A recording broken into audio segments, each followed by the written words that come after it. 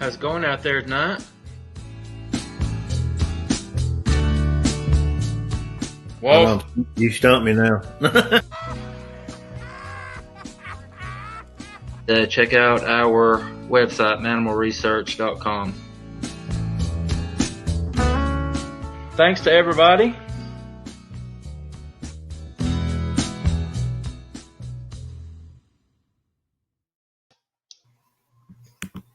Hello.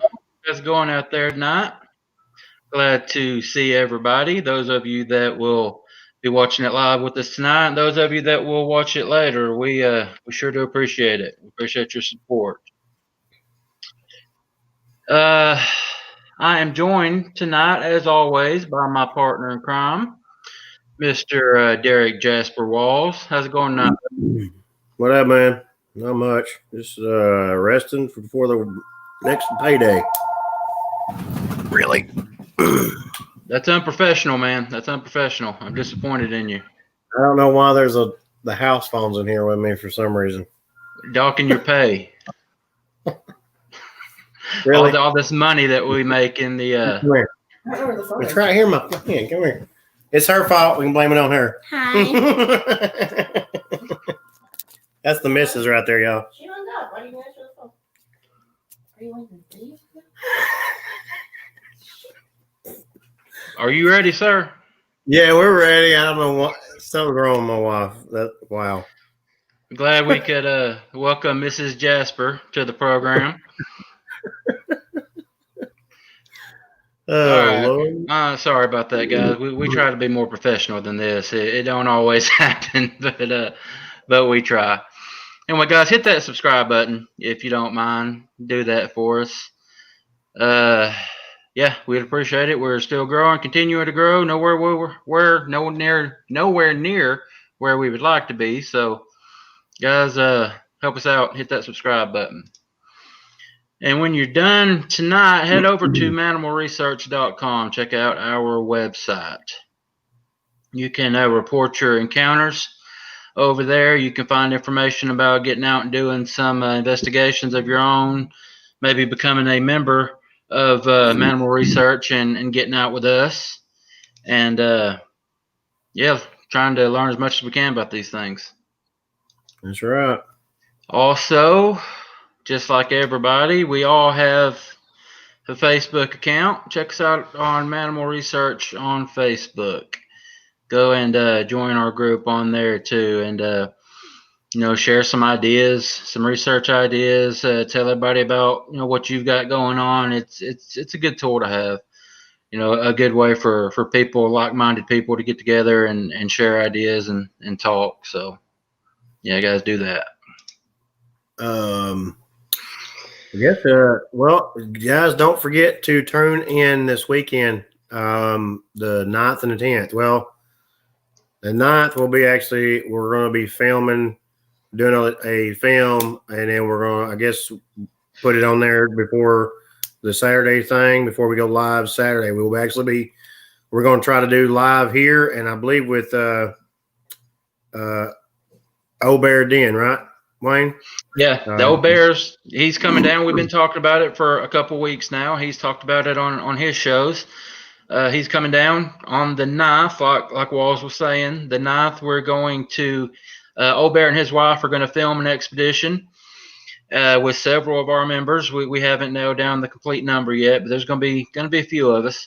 So they're going to film that, and then we're all going to get together the following night on Saturday for a live broadcast where he's going to interview members of Mannimal. So, yeah, Yep. Guys, be looking out for that. Also, we got coming up, like we've talked about before, we got our 50th show coming up. And if nothing changes, that's going to be on November 9th, I believe.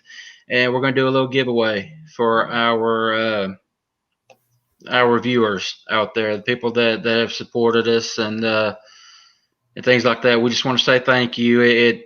50 shows might not be much to a lot of people, but we're happy.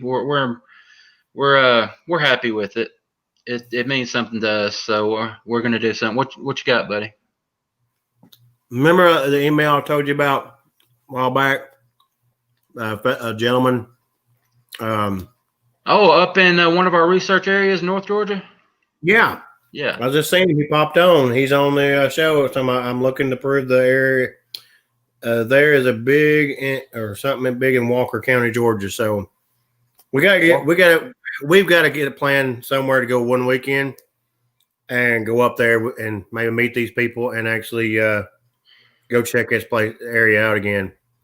Yeah, that's one of our hotspots. That's the place where we actually have the only footage or pictures that we have of these guys. We got a couple thermal images that we took out there, and it's also that's the exact same location where Walls and I had a visitor about a month before that come into our camp and help itself to some of the stuff on our table. So we have audio of that. But yeah, we do need to get with them. Buddy Greg Smith there. That's the one. Greg Smith? Yeah, that's him. All right. I see him there. Glad you made the show, buddy. Yeah, we appreciate that. We will get with you and get out there and see what we can get done. Anyway, like I was saying about the 50th episode, we got what we're planning on doing, and it was Walls' idea. It's not often that Walls has a good idea, so when he does, we like to run with it. So he suggested that we do a little giveaway for our people. So what you need to do is you just need to be present for that 50th show, make a comment, ask a question, something like that. That way we know that you were there and you were watching, and we will get your name in a drawing, and we'll draw that out. He and I get together and draw it out, and we'll send that person a prize pack. We got some cool stuff that we want to send. It's just our way of saying thank you. So again, if nothing changes, that's going to be on November 9th. Old Bear stepped in and said, Wayne, get him to join us Saturday or Friday. So yeah, Mr. Greg Smith, we'll extend that invitation to you.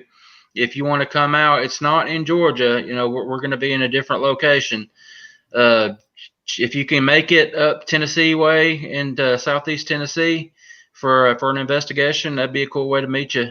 Come out and talk with us, and we can do that if you want to. And that is, you are being invited directly from the Old Bear. So yeah, that's big deal. Get with us. Shoot Walls an email and see if you can't get that set up. Yep. Said he looks like he just got a night off from the jail. That's awesome. That's another jailer, I believe. Also, yeah. People don't know that's where Walls and I met. We were not in jail. We weren't in jail together. Well, we were in jail. We were working in the jail. We were officers at a prison here in Southeast Tennessee. Old Bear asked how many decals will we need when we need to bring you guys? Bring as much as you want. We'll put them out there or whatever. Just bring let's put it as a reasonable amount. Do it that way. Reasonable amount, and that way we can put them out. We'll include some of them in the prize pack that we send out. So you'll get something from the Old Bear too. Awesome. All right. Well, enough talking about us. What we got going? Hold on a second. Greg said he works at Silverdale. He works at Nestless. I just seen that. Oh my God, this show's gonna make great tonight. Silverdale is where we met, or where Walls and I met. We went through the same class together, coming up through the ranks. So neither of us are there anymore. So it wasn't a great job, apparently. But glad Greg likes it. But just be careful, Greg. Wasn't for us. Just be careful. That's a dangerous job. Just be careful. All right. So. Go ahead. Yeah, he said he asked what city. Enough about us, man. We've been rambling on for almost 10 minutes. Been rambling on for almost 10 minutes. We got a couple guests waiting to come on. I know. We're gonna get them on here. We'll get them. Tonight we are joined by KG and Steven. They are the fellas that make up Mountain Hominoids Utah. That's yeah, they are. They have a YouTube page as well. That's them. You guys head over and check them out. They're fairly new too, like us. They're growing, so it's important for them to get some subscribers. Cool. So guys, check them out tonight. and I'm sure you'll see what you'll like what you see, and gotta show them some love as well. Hold that up for a second there, Wayne. Let me hold it up on there. I'm gonna pull them up. I can't spell very well.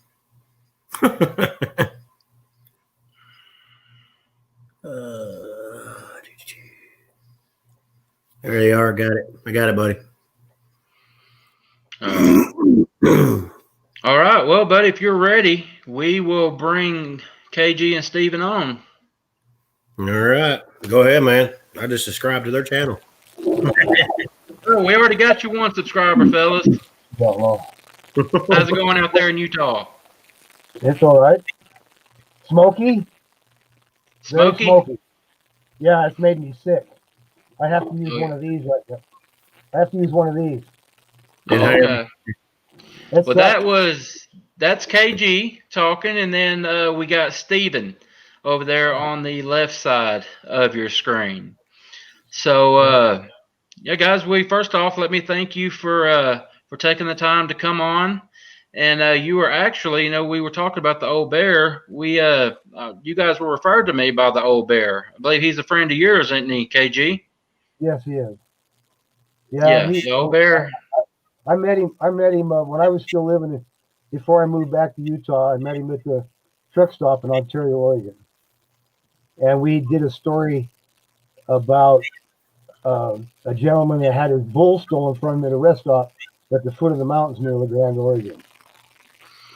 Okay. Hey, KG, is there any way you can raise up a little bit, buddy? We can't see your mouth while you're talking. There you go. That'll work. That'll work right there. I got it. Yeah, Perfect. we got it.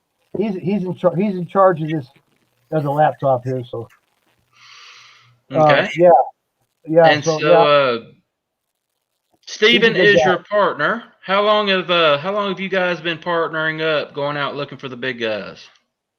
6 months. So it's a fairly new relationship. Yeah, we've known each other. His wife is my cousin. Okay. And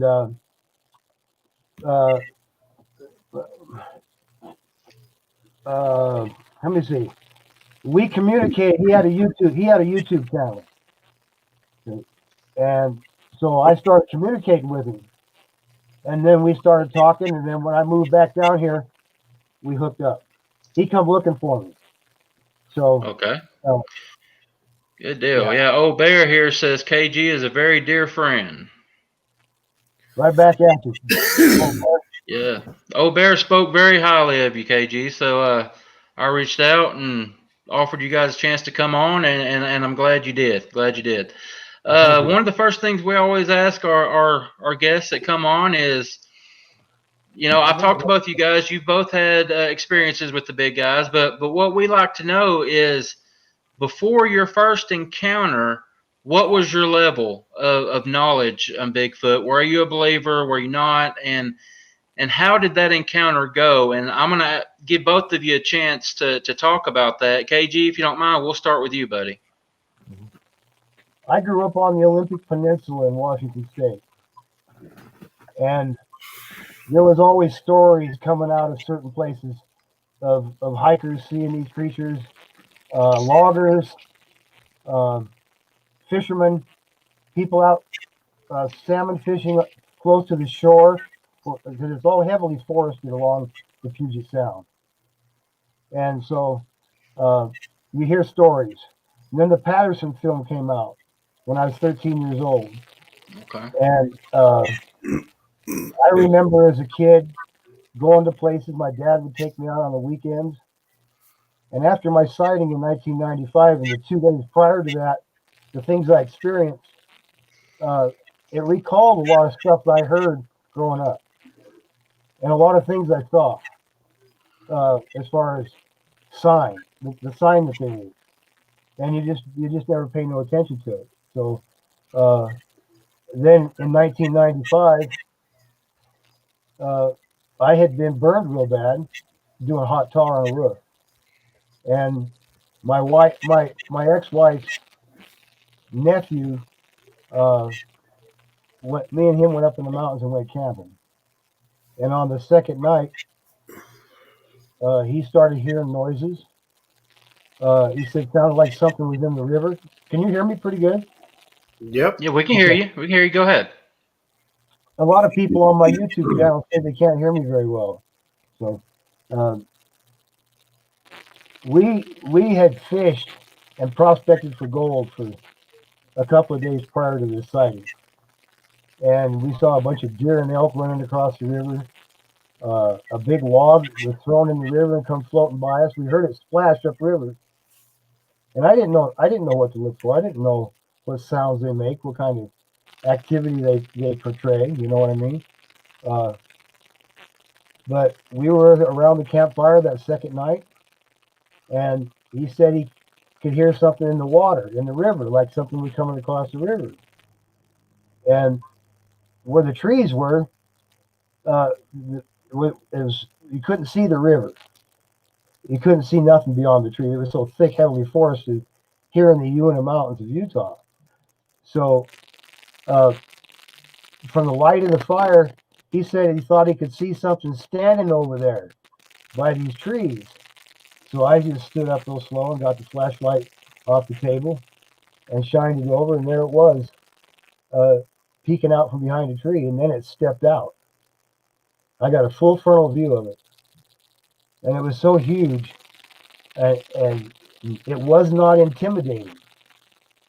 It didn't. There was no intimidation involved, uh, which was. I really didn't get scared at that point. I was bewildered. I said, "These things are really real." And Jordan told me,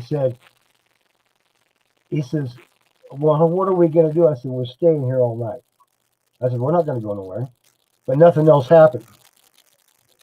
But all the prior activity, the the the, the rocks that were thrown in the water, the sounds in the forest, the vocalizations. I know there was more than one of them. Now that I've recalled it all, I know there was one on the side of the river we were on, and one on the other side of the river.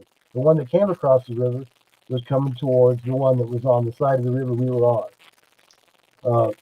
and they were on the hunt. I just have that feeling that they were on the hunt for either deer or moose or elk, because that's all that whole area along there is habitat for the wildlife. And so it was an experience for me. I was still driving truck at that time, so I didn't have the time to really increase my knowledge other than talking to people. Old Bear can tell you that a lot of guys at the truck stops get to talking about stuff that they want to talk about, and finally they'll find somebody that they can talk about something with, and then it goes from there. And so you hear stories. Most of you guys are down south. There's not too many people close to us, other than up north, that do anything as far as having YouTube channels. There's a couple of people up north, up in the Salt Lake area, Provo, Ogden, but we're not in communication with them. They all used to be with. They know. You remember Nathan Reel?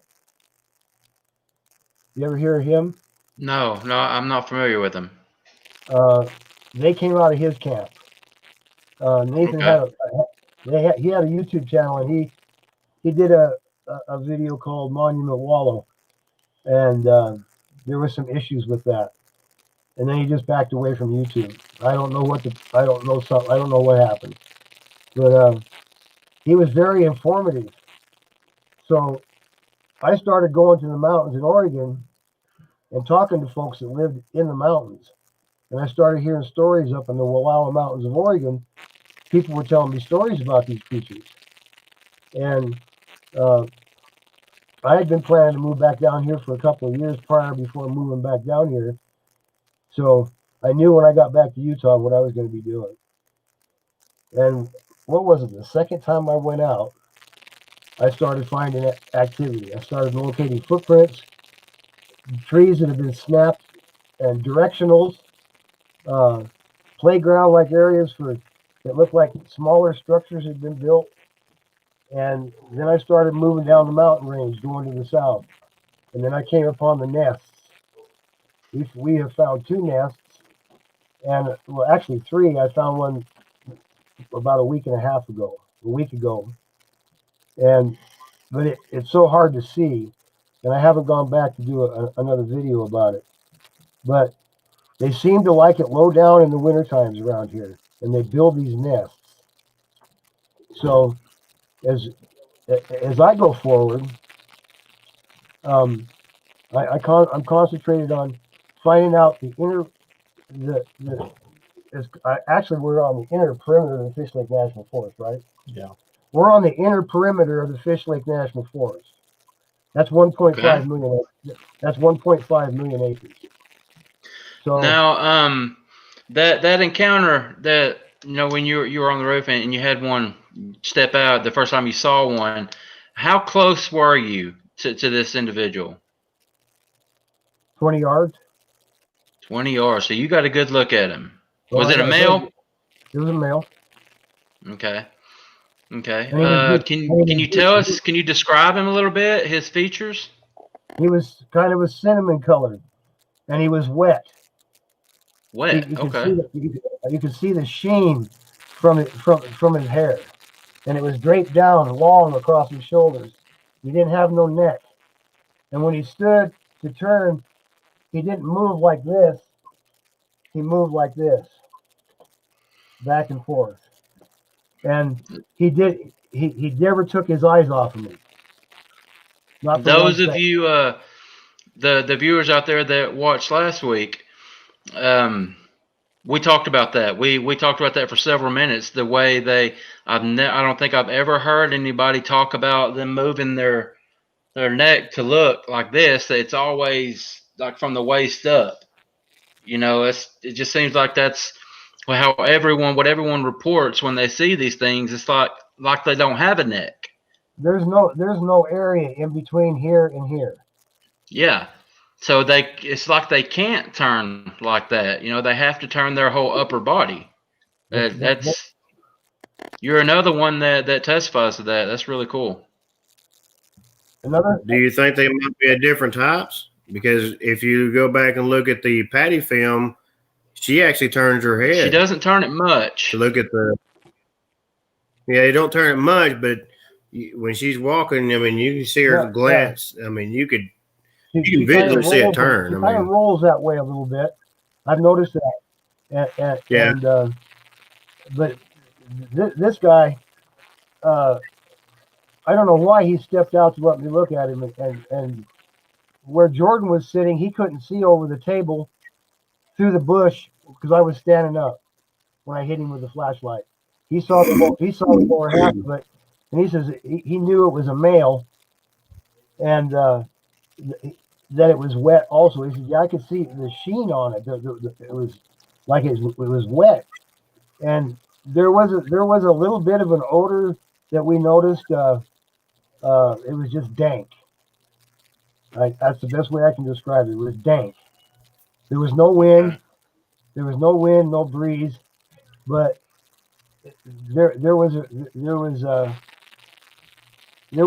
he left an after scent. Does that make sense? Yeah.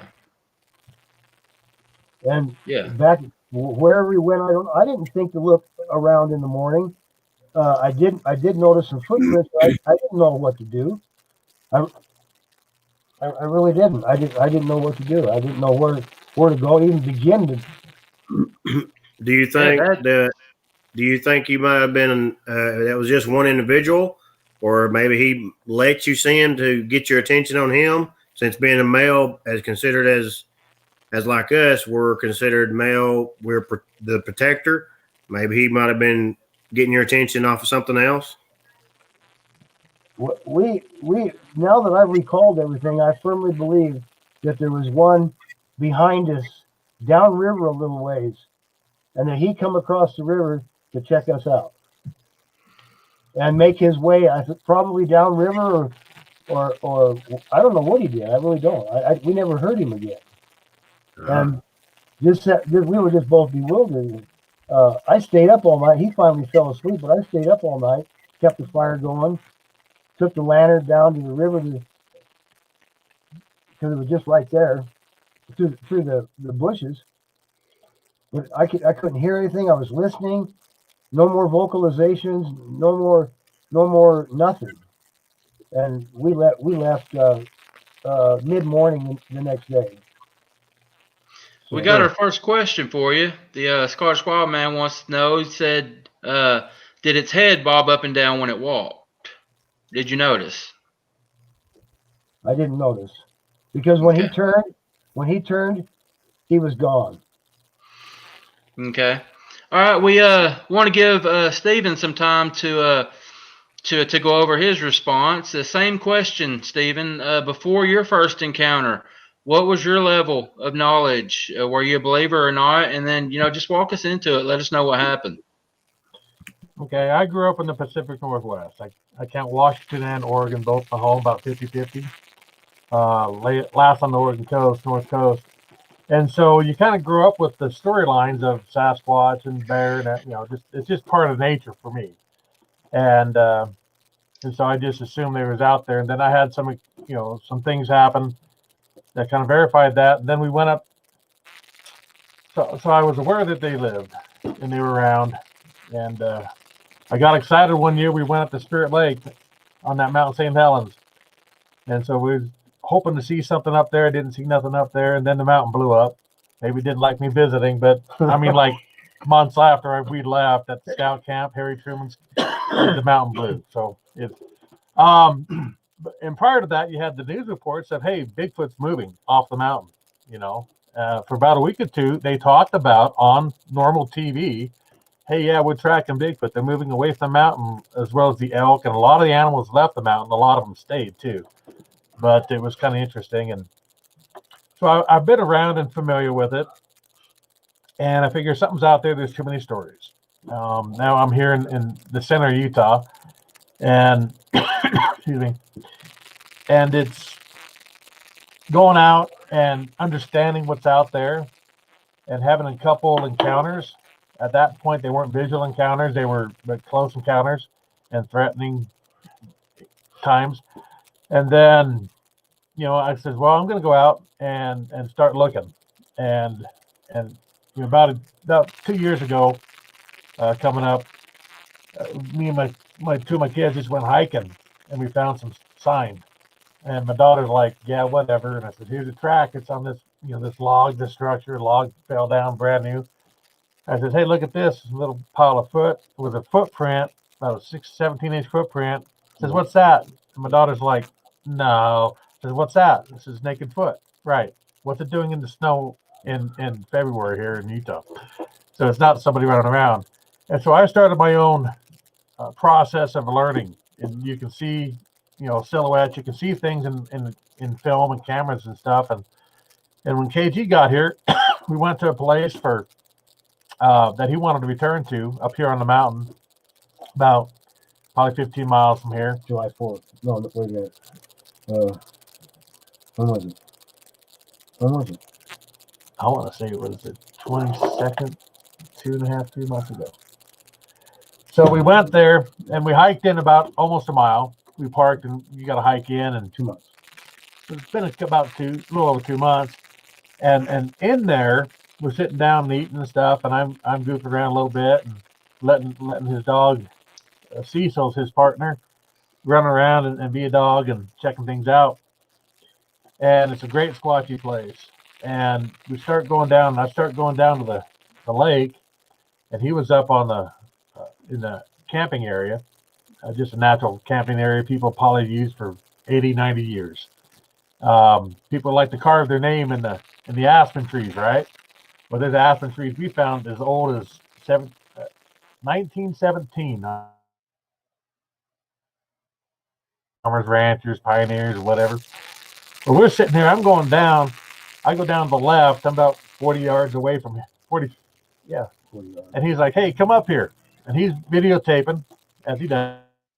And it's on his channel. And I go back up. I said, what? And he says, it's right there. And so I look at his camera, and I can see this orangutan orange Bigfoot. And I look up, and I see the Bigfoot, probably 40, 50 yards away maybe, in the trees. And I'm going, what? And then I get my camera out because I'm learning how to use a real camera, and I can't find him because I'm taller than KG. So my perspective is different. And then, so I get down on a knee. He's like, get up, you can't. I says, I can't see him up, down, anywhere, you know. But I saw him on the camera, and then I saw a visual of his head, you know, just poking out of the tree. And then I says, do you see it? And I says, yeah. Is it orange? It's got like a gray face, almost the color of the aspen gray you got on the, you know, the color on the aspen trees. He says, yeah, it's a charcoal gray face, right? And he says, yeah.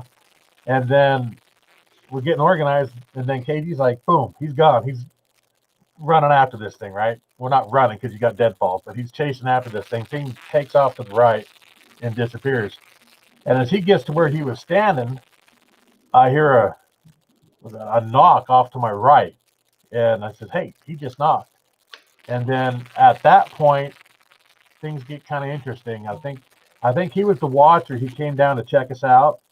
And then he disappeared, made a noise because there's possibly a family group in the area just to distract us from where they were. And it's a neat area. There's a lot of sign there. He documented some footprints that were there, just smudges, because it's hard pack. It's hard to get a footprint in this gravelly hard pack we have here in the Utah mountains. So you can get slides where they're stepping, you slide about 3-4 inches. You know, I'm about 300 pounds, 6'5", and so when you step into stuff, you slide. It's almost like walking in heavy sand sometimes. And people go, well, why don't you chase them up the mountain if you know they're up there? I said, because by the time I get up there, it might take me an hour to get that 200 yards. They've done left. they left an hour ago because they know I'm coming. And so it's a different approach that I use instead of like running through the woods looking for them or things like that. And we can do that too. But I try to approach it from, okay, let me find out where they're hanging out when they're sleeping or during the day in the hot part of the day. And then I'll focus, my tool is a camera. And I'll focus in there and see if I can see their shapes and what's going on. And then other times we can go tracking around in the areas we can get to versus I'm not a mountain goat, and they know that. And so a lot of them will hang out in the mountain goat kind of terrain, even whether it's down low or it's up high, because they know that people won't follow them up there. The hunters don't even go in these places unless they're hunting the mountain goats themselves, kind of mountain sheep, mountain goats that we have around here. And so that's kind of how it is. So that was my first real sight visual outside of getting yelled and screamed at and bothered and other things like that over the last 10, 12 years in the same region. And there's a lot of stories that coincide with the different areas in here and different behaviors around that we're finding. And KG's, you know, with a group of people he's known here in the past, and they got some really neat stories that they line up with each other. And some of the behavior patterns, like over here on the other side, because we're surrounded by mountains here. I mean, mountains outside my window right here are 11, 12,000 feet tall. You know, it's 10 minutes to the base of the mountain. And then across the valley, they're 9, 10,000 feet. And so, and then the Beaver Mountains, the Tusher south of us, you know, about 30 minutes is 12,300 feet.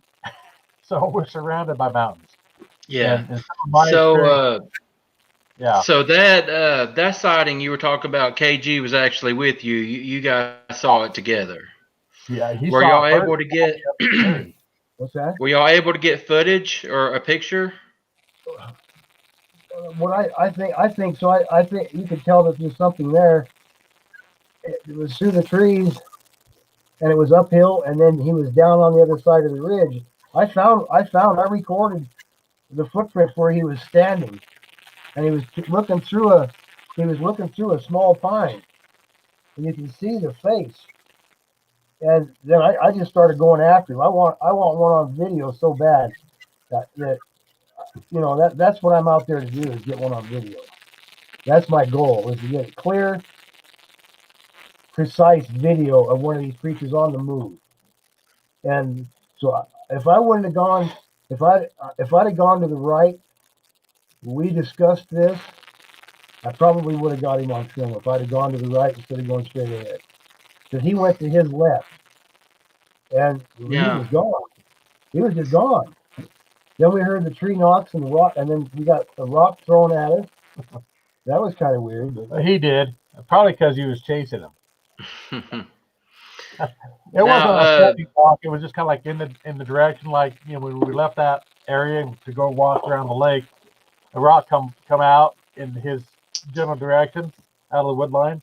Kind of like, yep, yeah. yeah. kind of like leaving. Now, KG, you said your goal is to get clear footage, video footage. That's something that we would all like to do. Do you think that that's enough? I mean, with as much scrutiny as the Patterson Gimlin film has faced over the years, the Freeman footage, all the other pictures and videos that are out there, do you think it's going to take more than a good picture or a good video? It just adds to what's already out there. We both are educated to know from the DNA studies and stuff like that these creatures are real. I have no doubt about that. I just don't have. There's no doubt. I know for a fact, and so it's for me and him and our friends and whoever else believes what we videoed. It just adds to what's already out there. It's just a little bit. It's just a little bit more peace in the Support. of support, if you want to call it that, or something else that can be viewed by people that are really interested. I have the subscribers I do have are really good people. They make intelligent comments, and I'm doing it for them too. I'm doing it for everybody. Yeah. But yeah, I mean, look at how much is out there. Look at the breakdowns people are doing, like Bigfoot Tony and Thinker Thunker and stuff like that, and a couple others. Yeah, we've got good pictures. There's good pictures. There's good videos out there, and we still get scrutinized. We still get called crazy. And most of the time, if we're being honest, it's not from the skeptics. It's from other people in the Bigfoot community. Yeah. That's what's ugly about what we do. And that's what groups like ours and groups like you guys, that's what we try to work together and get away from. Because, putting each other down, that's not doing anything. That's not helping anyone. We should be building each other up and like sharing secrets and stuff like that. But it just goes back to, I believe you could have crystal clear footage of one walking 10 feet in front of you and walking, stopping, staring at you, motioning, noticing you, and then walking away, and people will still tell you that it's fake. That's right. And most people, the people that tell you that are other researchers. True. I mean, you also got to look at it this, guys, and you made a great point, Wayne, on everything. Both of you have everything, as in groups or companies. You're going to have critics. You're going to have negativity. But if your positive is outweighing the negativity, then you're doing something right. If the negativity is outweighing, then there's something maybe wrong. You just got to take it both ways. But yes, you're going to have it either way. We could be a multi-million subscribers, and we're still going to get negativity. I mean, I've seen big names out there still be like, people saying, well, they suck. They're not good. They this and that. Like, really? They got these many subscribers, but and Long Island Bigfoot right here. We actually got him coming up in a couple weeks. He's gonna be on our program. But his point right here, what's a Bigfoot expert? You're exactly right. They don't exist. There's not one. You don't get me started on that, because I've gotten started on here before about my opinion on Bigfoot experts. Yeah, there's none out there. You don't want to have to either. I look at it. I've been around this topic over 30 years.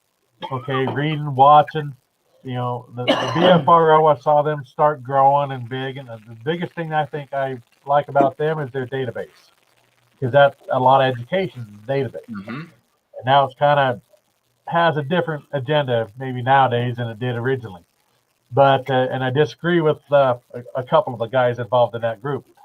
But we just never got along even before Facebook and YouTube even existed. Okay, I knew about them and I knew their behaviors, and I just disagree with that. But that was our fault, is what we were doing back then. Are you referring to the BFRO? Yeah. And so Yeah. back in the day, we've had friends and people that I knew had run-ins, and I just disagree with the moneymaker kind of guy. But not to down them, because in research you have to have a counter. All right, Mhm. so there's going to be negative. Hey, have you thought of this? Have you thought of this? Or could have been this, and this, and this. And when I go through, if I go out and I take 100 photographs, then I come home and I'll spend a couple hours going through them and throwing most away. And it's, hey, there's something here. Then I go through my mind to debunk it. And I've helped people when we were on Pal Talk and Bigfoot groups on Pal Talk, if people even know what that is. We would have people from Texas. Hey, look at this. We got these Sasquatch family living behind this, out in the field behind this old church that they were renting a place at. And so, okay, bring them over here. Let's look. I've looked at ghost pictures for people before and say, no, that's matrixing or pareidolia or whatever. That's a real ghost. I've got some myself, and I got real Bigfoot pictures like that too. But I know what's there. That if I look at somebody else, and I've thought about this, is why can some people look through the branches and see a Bigfoot, it's clear, and other people's miss it? And you go on, and people get upset about that on both sides. And them little books that they used to have with the dots in them, and you stared at the dots and they 3D'd out a little bit, and some people could see the number or the dinosaur or things out there. And other people looking at you like you're nuts. You wasted your money on this book. Well, I've learned that your brain, I don't know if it's a left or right brain thing, but some brains that are more creative will see what's in the matrix of dots. And they can break up everything and they can pinpoint it. And, hey, here it comes. Other people can look at it all day long and never even see it. And they think you're crazy. And so it might just be a biological thing in that person's brain. Their brain's not wired to see it. And so but then you got those people too that want there to be something there so bad. Right. They take pictures and every shadow they see is a Bigfoot, a mama Bigfoot holding a baby with braided hair and all this stuff, and they will look you in the eye and swear to you, why can't you see it? It's right there. Look at it. And I know a couple people like that. Let me ask you a question. Yeah. Did you look real close at the picture I sent you of the nest? What? The nest? Yeah. I'm sure I did. I've seen so many. I'll have to go back and look to refresh my memory. Yeah, look in there real close. Blow it up and look in there, and you'll be shocked. Well, while he's looking that up, they got a question from a Facebook user. It says, do you think there's a difference between the digital imaging? Where'd it go? Oh, my Lord. There you go. Thank you. There you go. Can y'all see that? Yeah. It's talking about the difference between digital imaging, computer programming, and y'all gonna have to help me on that. I ain't very good on words. I ain't gonna lie about it. Versus getting images on algorithm versus getting images on actual film, like on old cameras used. Thank you, Wayne. Sorry, guys. Yeah, the film is actually better for documentation because it's hard to fake film.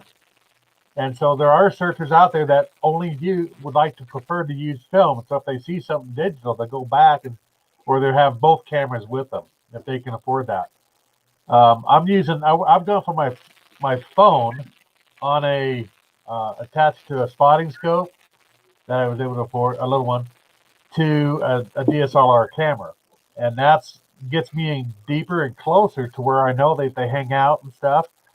But still, you can pull it out and you can play with it on the computer, the light and dark and shades, and you can pull out figures. But it's not a clear, crisp image unless you have a huge, $10,000 lens or something like that for, wildlife photography. And then you're going to get crisp images.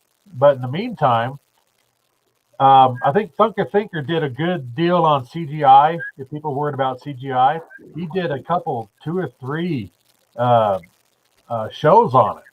And he says, he does it for a living. He says, doing CGI is not as easy as people think.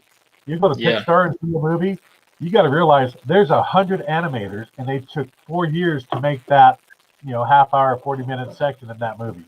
Mm-hmm. I mean, it's not an easy process.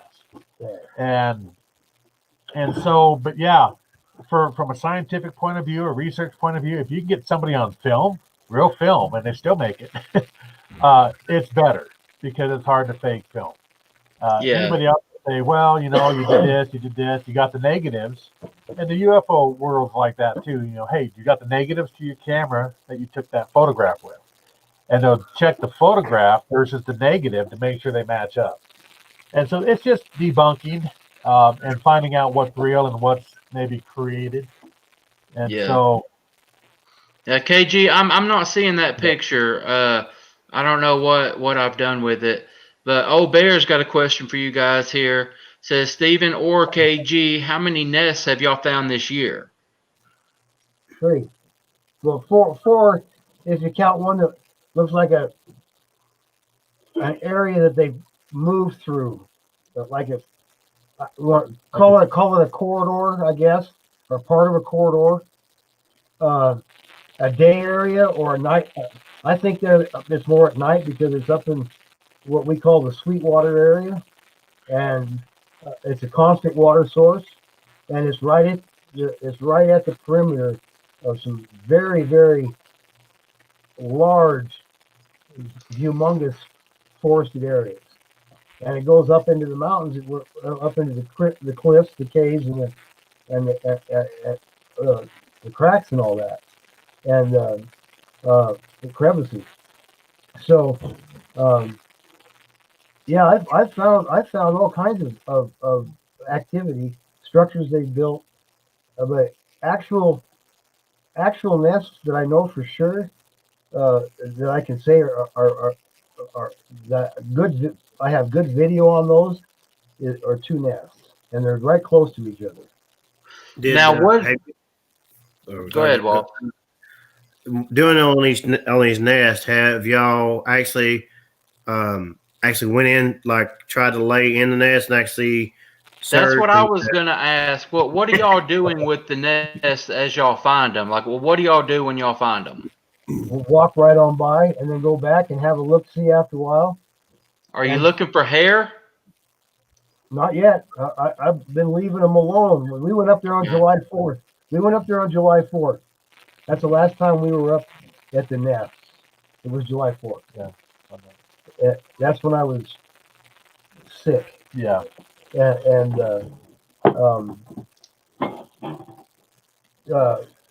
we just walk right on by. We'd look, kind of loiter in the area, but yeah, we are going to take closer looks, because there's no doubt what they are. Now, yeah, no doubt. I mean, if something like that's going inside and laying down, it's going to leave hair. It's probably going to leave saliva. It's a good place to get DNA. Yeah. Well, one of the things, it's a good place to get hurt too. Yeah. When you've seen him the first time he saw that nest and he got the photographs, they were in the nest. Okay. And so you go crawling into something's home, especially if it's a youngster. If Papa's hanging around the outside watching, you have about 0.1 seconds, and Bigfoot can go from happy to pissed. And a pissy Bigfoot is not a good place to be when you're on mountains like, where are we at? About like this kind of elevation, rocks. I mean, there's no way you're getting out of there. And so there's caution in how we approach things out here in the Western Mountains, is because we know that they'll leave the nest or they distract you or the sleeping area. Because I've seen them underneath trees and stuff at a distance. But if you see one, there's usually more around, like a clan, a family group. They'll raise a ruckus up on the hill too. And they will distract you. They'll make Yeah. noise. I've heard chatter behind me before. When I was moving some cameras around, replacing cameras, and I actually got a photograph of one that I just took a camera off a tree because you got all the green tree browse down low, so you can't see the ground. And I had to push up in next to this tree, the pine, pull my camera off and turn it sideways, unlock it, and then turned off the camera. When I unlocked it, it shot a picture across my knee, and about 10, 12 feet away, I see this half a face kind of laying on the side of the ravine I was going to normally walk past. Instead, I went up to where the camera was, about a 14-foot crawl up the slope, and it was sitting there, and you see this nice ape-like flesh tone, like our flesh almost, nose, nostril, and his gray and white hair with one eye shut, like I'm saying I'm not here, pretending he's not here, because I didn't trick him on purpose. I didn't even know he was there. But I normally walk up the ravine, and instead of going up the ravine, I went straight up an area before that, turned in the ravine, and to get my camera back. Then I go up an easier trail that way to where I set a different camera, what I call their front yard, of a specific group that I've been trying to get some decent photos of. And so that's why I want a long range lens. That's one of my goals, is because I know where there's a living, working, active den, and an area where there's a group that lives. They hang out there. And my goal is not to get the fuzzy blob squatch pictures or the fuzzy game camera pictures, and I have plenty of them, but to get something more clear. And so that's one of my goals. That's why I spent some money on a camera and hoping next year, if I come up with a couple, $2-3 I'll buy a lens. But It's the Squatching Cowboy has a real good question here, and you guys don't take it the wrong way, because if you know him, he's been on. He's not being a jerk. He wants to know what makes it a nest. Like, how can y'all tell that this is a nest? And I think that's a good question for you to share with everybody, so next time they run across something like this, that they might know. When you come upon that kind of activity, especially a nesting area, it's so inconspicuous. It's not just something that people have probably walked by these in the past and don't even recognize them for what they are. As soon as I saw one the first time from down lower in the canyon, I could see through the trees. It was still wintertime. Although there was no leaves on the trees, it was in February. And I saw it and I said, "Oh my God, you got to be kidding me." And when I walked up to it, and on top of it, you could see where branches this big around have been broken, and this big around have been jammed up in there from the bottom to support it against the rock. And you can see the support system of this. And you can see the opening, how well they designed an opening and blended it in to look like everything else, like a washdown area. Like that's exactly what it reminded me of. Yeah, it's engineered. You can see something engineered by something or someone, and they're not. I mean, I took a picture of him standing by the two nests that he showed me up in July. And the nest's like way up here, and you got KD, about this tall next to him, and it's against a big boulder, big tree on the hillside.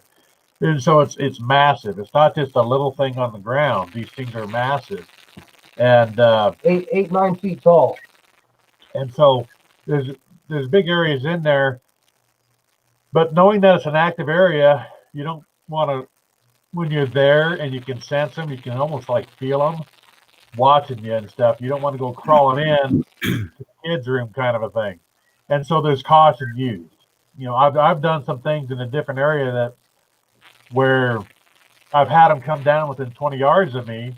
One poked a black head out of a black shadow. And I'm like, wow, that gets nerve-wracking, especially when you're asking them to come down and you're doing some things to invite them down and listen. I was reading a book, and after about 20 minutes, all of a sudden, I hear this power slide in the gravel substrate that we have here, and I'm going, crap, he's here.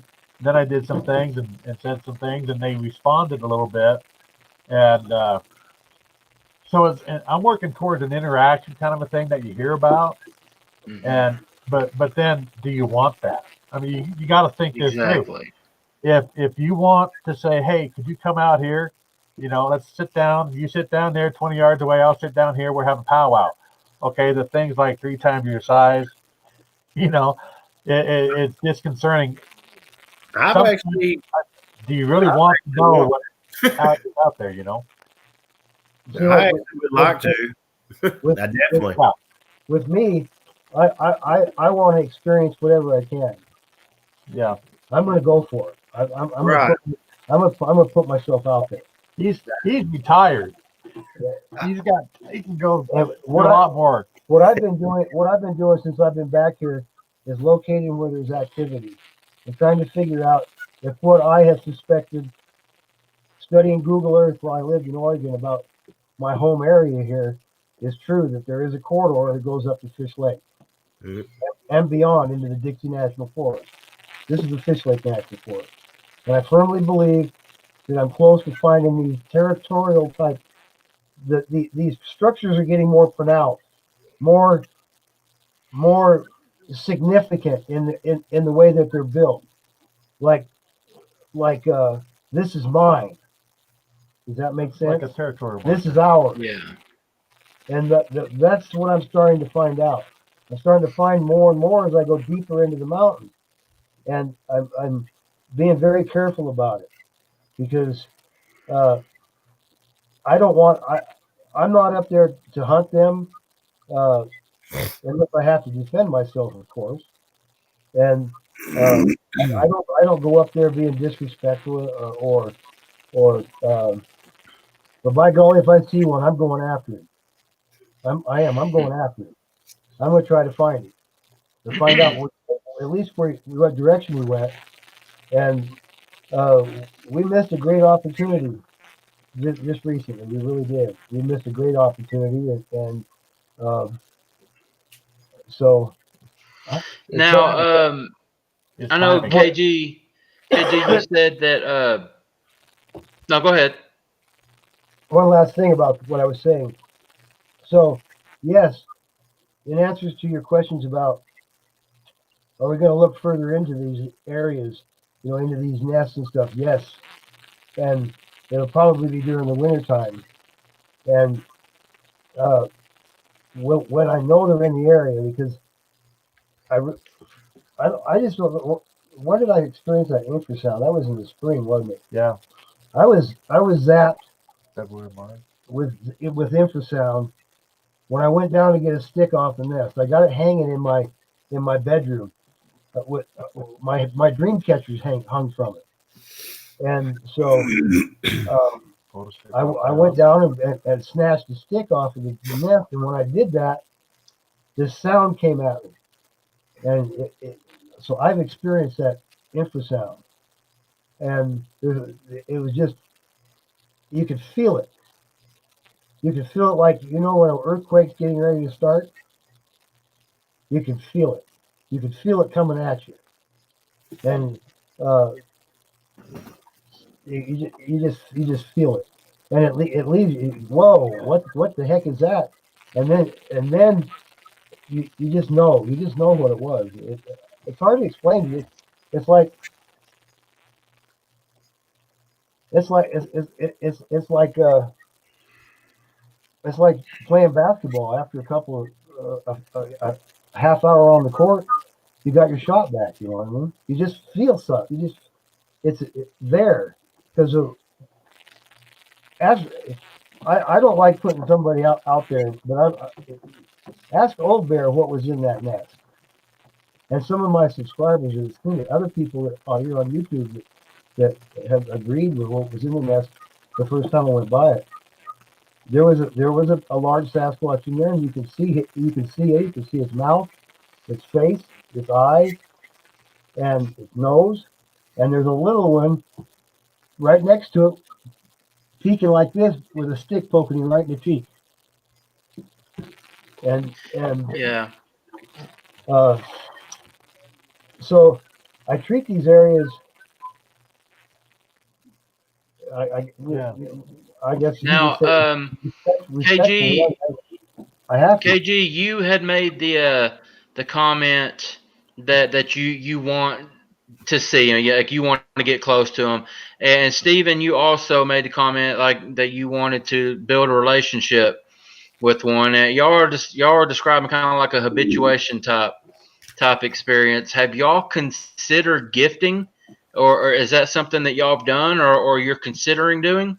I had some experiences last spring, and I got some photographs off my camera, my phone, and by mistake or accident, I found the watcher where he was sitting, overlooking this area. And then I'm gonna go get something and show you. And then as I was walking, another day, walking towards that from a different perspective, a different point of view, coming along the mountainside instead of coming up out of the bottom, I was just snagging pictures. And then when I got them on a computer screen, blew them up, you could see this black shape running, almost like an ape running on all fours. And I'm going, what the hell? And it's just a solid black shape, but you can tell it's 2 arms, 2 legs, and it's in a running motion. And I sent that to a couple guys, and they said, yeah, that's what they look like at a distance, And so I started to focus on that area. And someone said, hey, go get a size comparison if you can. Well, I had my nephew, he was 16 at the time and athletic, and I says, hey, let's go up here and see. And I stick my scope out. I'm cool, I'm spotting the mountain for about 45 minutes. Nothing's moving. I can't see nothing under trees or nothing where I normally think they might be. And I said, hey, they might have moved up the mountain for summertime, up where it's cooler. Instead of 62, 6,300 feet, they went up to 8, 9, 10,000 feet or something. I says, hey, we're good, let's go. And it had rained a couple nights before, so the ground was soft. So we go up this area, cross over, and getting up in there, and he's like, hey, what's this? And he found a trackway. And so I made a little casting out of this, of one of the footprints. And at the time, I says, hey, well, I'm doing this and driving. You go across the ravine, go up here to the watcher spot, and I'll take some pictures from you and see what happens. See what it looks like. And he's behind this big sage. It's got to be 6.5 feet tall. I said, put your arm out there because I can't see it. So I put it on my YouTube channel, a comparison. Here's a blonde-headed kid, 200 pounds, got a red backpack on for the high school. He's standing in this sagebrush, and because it's breaking up the eyes, all the sage, you can barely see him. I said, stick your arm out there. You stick his naked arm out there, and now you see him. And so I did a little YouTube video on my channel to show, hey, guys, you can have somebody you know is there, and you know he's there, and what to look for, and you still can't see him behind this giant sagebrush. And that's where the watcher stood. And then I had him come down and around, and I came down through the ravine when it was done. Well, he actually sat down on a little piece of grass in the ravine. I said, just wait there. And he's about 80 yards away, downward from me. And Cass has got a few more minutes to go, I think, before I can dig it out of the soft ground. And he says, hey, did you do that? I'm like, oh, shit, what? You throw them rocks at me. And later I found out that above him are these little rock faces, like baby cliffs going up the side of this mountain. Something had pushed, didn't really throw rocks at him, but like did a rock slide, maybe a 5-gallon bucket worth of rocks come sliding down next to him. And he heard this footstep, toot, slide. Like a teenager had just pulled a joke and went and slid and hid behind the bush. I said, no kidding. He says, he looked at me and says, Uncle, he says, there's something up here, isn't there? I'm going, yeah. And I go down and I go across the den where the sleeping area they have. It's shaded and everything, big logs and trees in the area.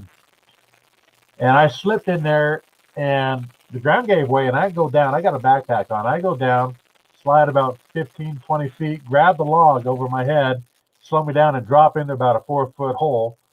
And it's big enough to put, 10, 12-footer critters in there. You could probably put a dozen in there.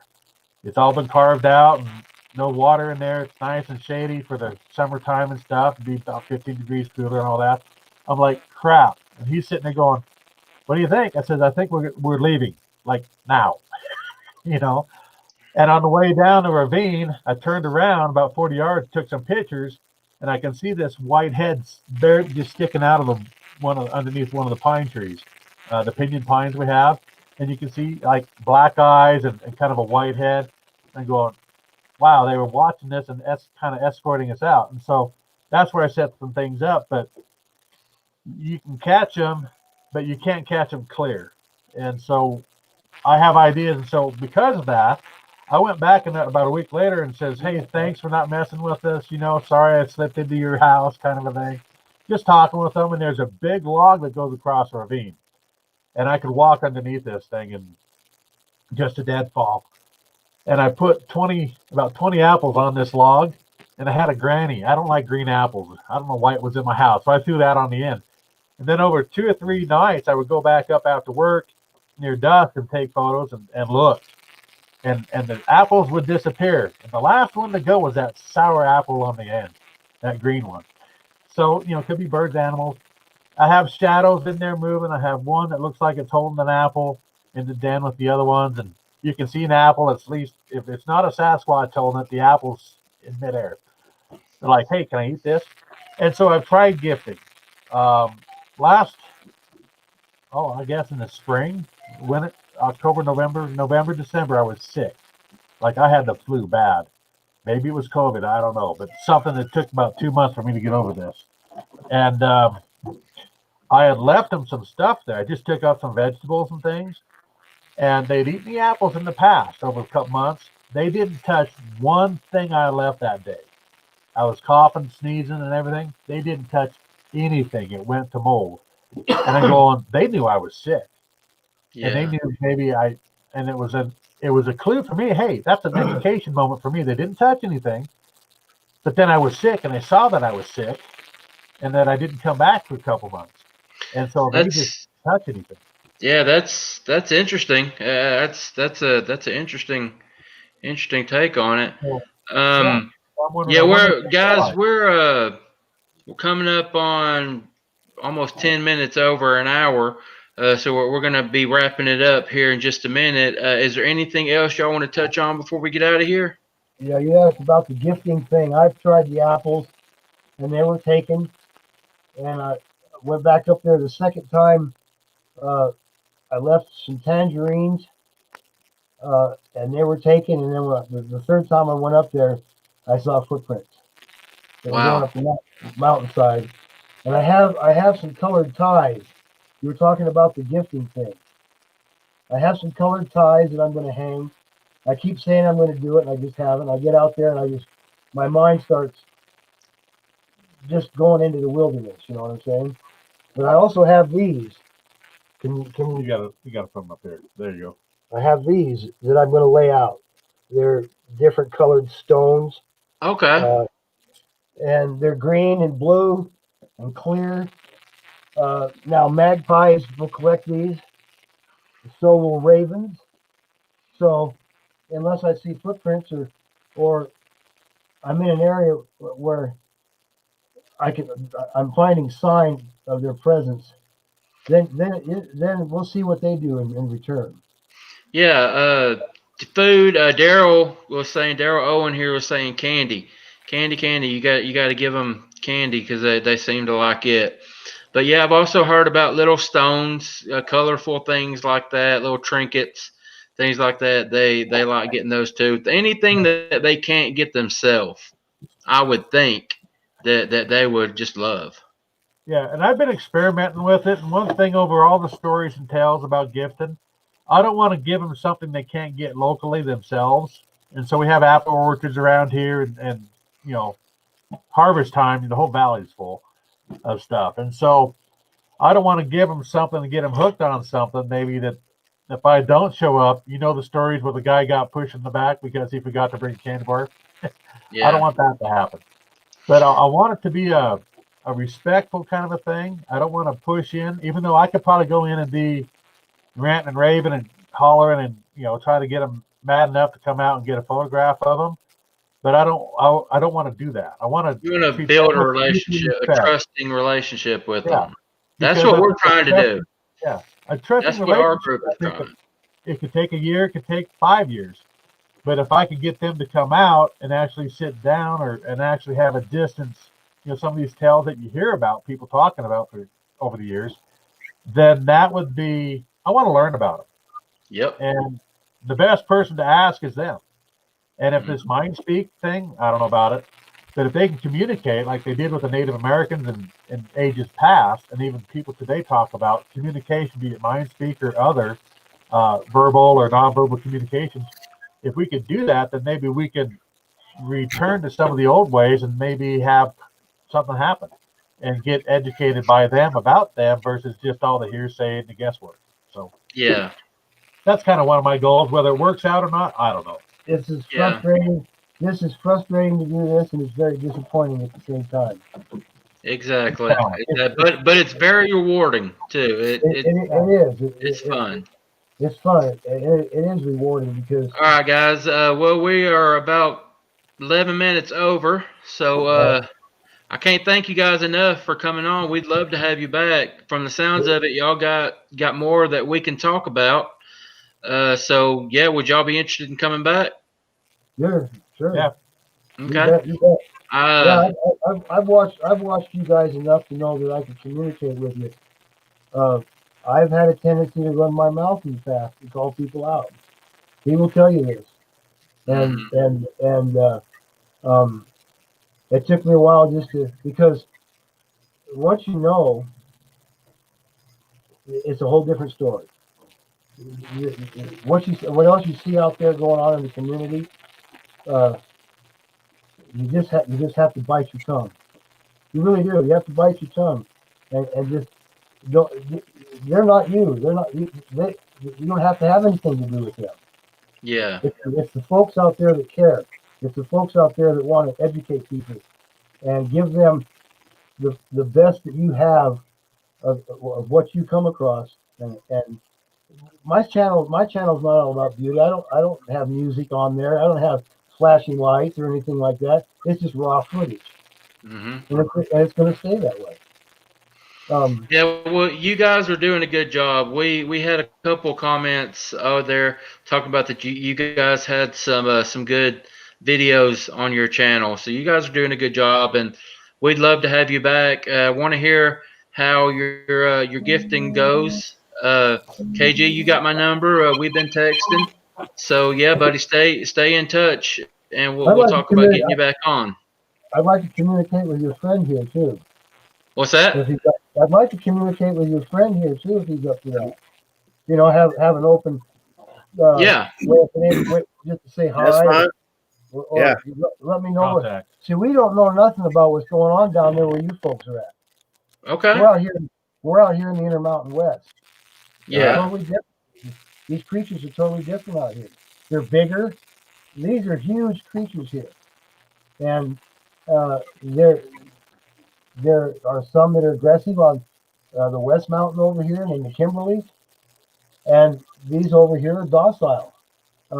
We haven't had any aggression shown towards us to cause us any concern. So, but now I'm starting to go on to the Kimberley, which is actually the Tissue Range. Yeah. And now my radar is up because with Rocky Mountain Sasquatch Organization has done videos about the area, about Kanosh, about LeBaron Reservoir, and these are aggressive encounters. And that's just right here. That's just right here in the West Mountain. Well, So, and that's where we're at. Guys, just y'all be careful out there. Be careful and keep up the good work, gentlemen. And we'll talk soon and we'll get you back on. Okay, guys? Sure. okay. Thank you guys. Thank Appreciate you it. very much. And hello. Have a good everybody. evening, guys. Yep. All right. Yeah, they're a couple of good guys out in Utah. They getting into some stuff out there. I think we're going to hear some good stuff from them. Yep.